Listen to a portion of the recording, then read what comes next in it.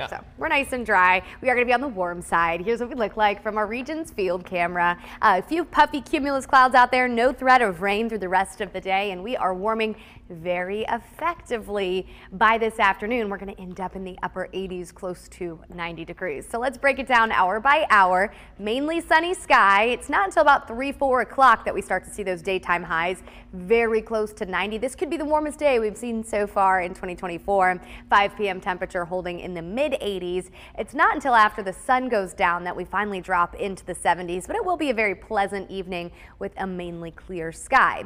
If you are going to be out of the SEC baseball tournament in the coming days, weather doesn't really change much. Between now and Thursday, rain chances minimal. We've got a mainly clear sky, and look at those highs.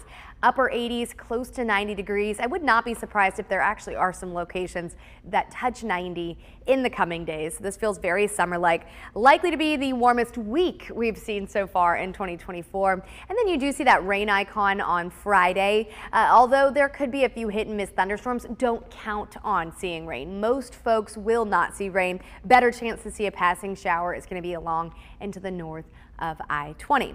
So let's talk more about those rain chances. We've actually got high pressure and control of our weather, which is going to keep us nice and dry to today, tomorrow, and Thursday. Friday through the weekend, we've got a boundary moving towards the state, and we bring in a more typical summertime pattern. That means a few hit and miss thunderstorms to help cool things off. Once again, that better chance to see rain looks to hold along into the north of I-20. So we've got some of those darker green colors. That's where rainfall totals could add up to 1 inch between now and Sunday evening. That would be for a few passing thunderstorms. Along to the south of I-20, there are going to be a lot of locations that don't see any rain at all in the coming days.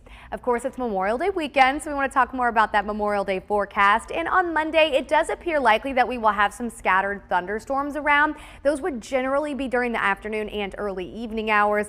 Not everybody's going to see one though. So this is not a forecast to cancel your outdoor plans, just one of those to either have a backup for your outdoor plans and just keep an eye on the radar. And we'll be a lot more specific on the exact placement and timing of thunderstorms as we get closer to next Monday. If you're headed down to the coast this weekend, we are looking at a low rip current risk. Of course, still make sure that you are checking your local beach flags. Temperatures along the coastline are going to be in the mid-80s.